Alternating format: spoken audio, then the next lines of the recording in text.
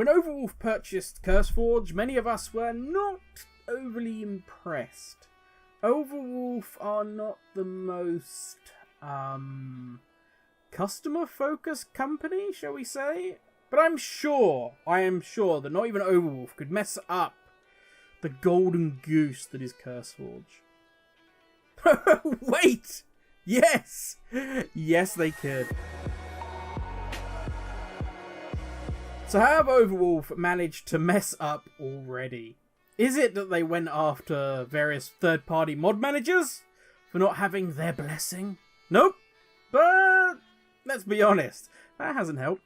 Come the launch of Shadowlands, Overwolf are in essence locking Curseforge. Customers or users will still be able to download add-ons, but there will be no updates. So should a developer find a bug come launch day and wish to fix it, sorry buddy, you are out of luck.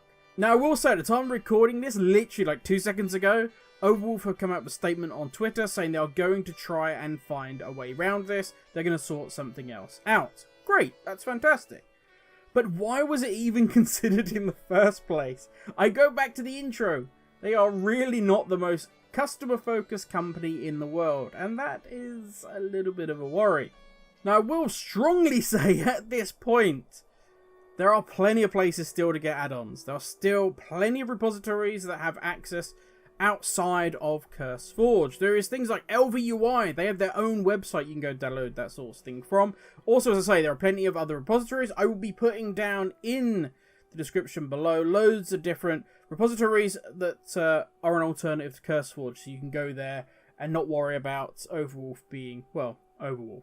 Now, the reason I'm saying that is to highlight that this is not a toys out of the pram, gloomfest, doom, rage fest, typical 2020 style situation, okay? But it does give us confirmation that Overwolf really haven't changed. Now, rather than being a big drama now, as I said before, it is a worrying sign of potentially things to come. For those that don't understand why some of us are somewhat hesitant to go near Overwolf again, let's take a trip into the past, a trip down memory lane, if you will. Overwolf's in-game overlay has been bundled with TeamSpeak. Yeah, remember TeamSpeak? And it allegedly collected user data. It was then uploaded to the company servers, and they used said data for targeted ads. Dun dun dun. Overwolf said, no, whoa. Yes, we do collect data like many companies do. We want to know what games you're playing, what system it's on, what language it's in, and so on and so forth. But it wasn't for targeted ads, okay? And regardless of whether you believe them or not, it left a bad taste in many gamers' mouths. At the start, it's sad because I was all for Overwolf, seeing the benefits of a comm system plus an overlay system, seeing it as a kind of Discord before Discord existed. But sadly, like all good things, it had to be ruined. Now, full disclosure, I would much prefer it if Overwolf were not in any way near World of Warcraft whatsoever. So, throughout the course of this video, I'm probably going to be somewhat biased. I apologise for that. Now, Overwolf have stated that the purchase of Curseforge will usher in a golden age for mod makers, with them able to benefit from the profits Overwolf can make. And that's great. The makers of add-ons work damn hard and should be rewarded. Personally, I would love to see some sort of partnership with Blizzard being in charge of all of this, and the mod makers getting a percentage of the subscriber money based on the amount of downloads and so on and so forth. But that would, of course, eat into Activision's profits, so that's not going to happen. Speaking of profits, there is a little issue regarding add-ons. Simply put, they can't make money. Blizzard do not allow people to make money off of World of Warcraft directly, meaning you can't sell your add-ons. You can have a Patreon, etc., but you cannot hide access to the add-on behind a paywall. Now, this rule is a little bit of a grey area, and we've spoken about this previously on the channel. Streamers putting a UI up behind a sub is okay, but the developer of the UI can't put up their add-on behind a subscription. Seems a little unfair. Unless, of course, the streamer is being, gives a percentage of that money to the add-on developer, or they have a deal in place that in return for doing that, you can promote the add-on, so forth. That's fine. But how are Overwolf going to make money from this? Because they can't sell the add-ons, so how's that going to work? Well, of course. First and foremost, we're going to get We're going to get a lot of ads, I would imagine, on the website, but also within the mod manager itself. So we have ads.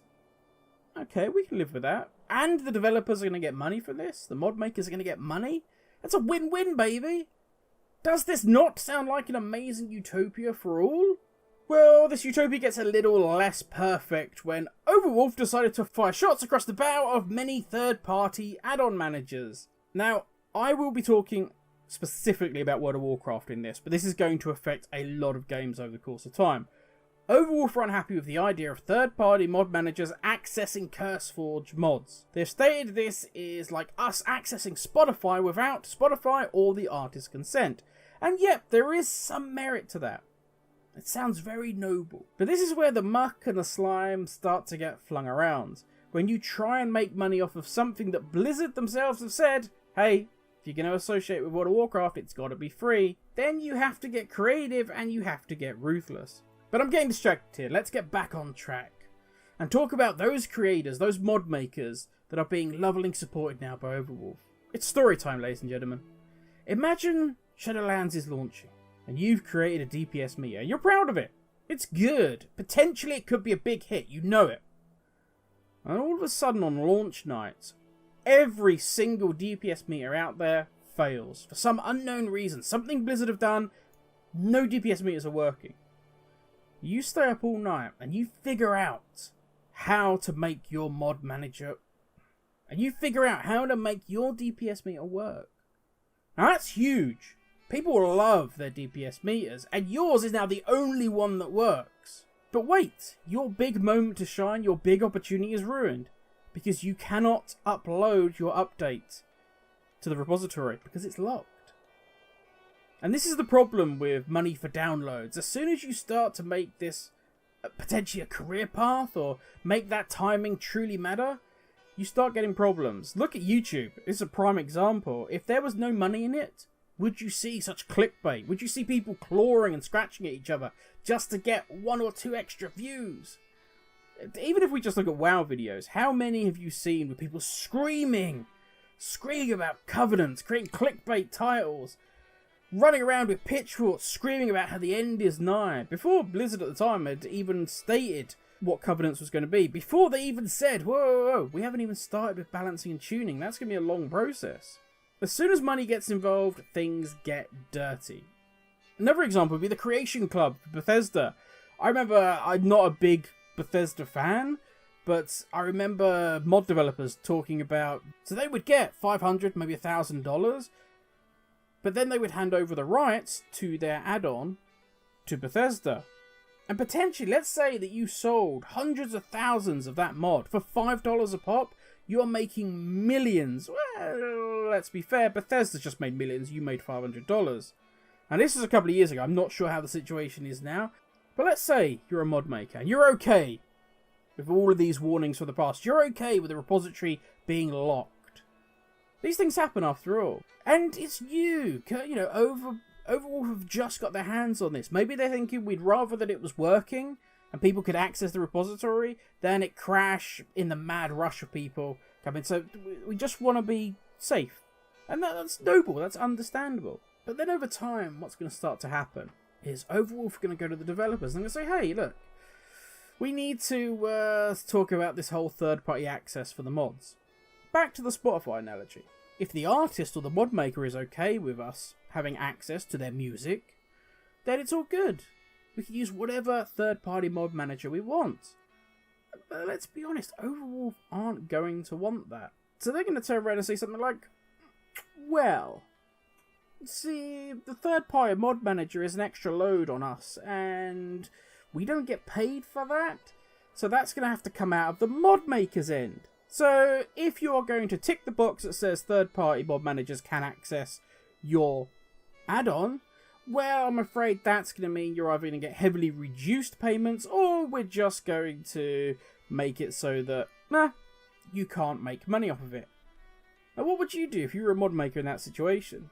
You can potentially get paid, even if it's a little bit something, for all that hard work you've done, or you can get nothing. You're going to untick that box very quickly. Now, this is all hypothetical, of course. This isn't what's actually happening, but this is a little glimpse, potentially, of what the future could be. This is as I would say, tinfoil hat time. And if Overwolf control all the add-ons and don't allow third parties to access the Forge, then you have to use the Overwolf Manager, which is free, of course, and that's fine. Yeah, okay, you're going to get adverts, but as we said before, it's a win-win if the mod guys are getting paid for it. But what if maybe there was then a premium version that auto-updates all your add-ons for you? It even removes the ads. That sounds fair, that's fine. Loads of sites do that. But now, there's a new super-duper service called the Overwolf VIP for just, hypothetically, £10 a month. You can get early access to add-ons. You can get extra features, all sorts of little bells and whistles on the side. And now you start to see the problem. Yes, we are talking drama here, and yes, this is way off. But we've seen this happen in other platforms, we've seen this happen with other IPs. Will this affect the Shadowlands launch? Hell no! It's going to be fine. Most mods are up to date, having had a ton of time being tested on the alpha and the beta. Secondly, Curseforge, as I said before, isn't the only place to get these add-ons, so it's not a big deal. And again, links are going to be in the description. And maybe I will say this is a good time to learn the lost art of how to actually download and install mods manually, just to be on the safe side. But I don't want to be Doomsday Prepper Grim. Overwolf and TeamSpeak, I'll be honest, left a bad taste in my mouth. Overwolf buying Curseforge made me remember that bad taste. Locking the repository during launch and complaining about third-party mod managers has done nothing to remove that taste, only make it worse. Now don't be fooled by their, we're doing this for the children, for the mod makers, because we love them and care about them so much. They are doing this to bleed money from mods. If you care about the modders, you care about the add-ons in WoW and you can afford it, then reach out and show them some love direct. Go to their patrons, whatever you can do to support them. That way, Overwolf get nothing from us. But that's enough from me. I'm going to go and dig my bunker now in the back garden. It's 2020, people! If you haven't got a bunker already, then you're crazy! And also, I need to make a bigger tinfoil hat. But that is me done, ladies and gents. Thanks for watching. Have a great day. Stay safe. And I will catch you all tomorrow. It's the Scourge event. Have a good one.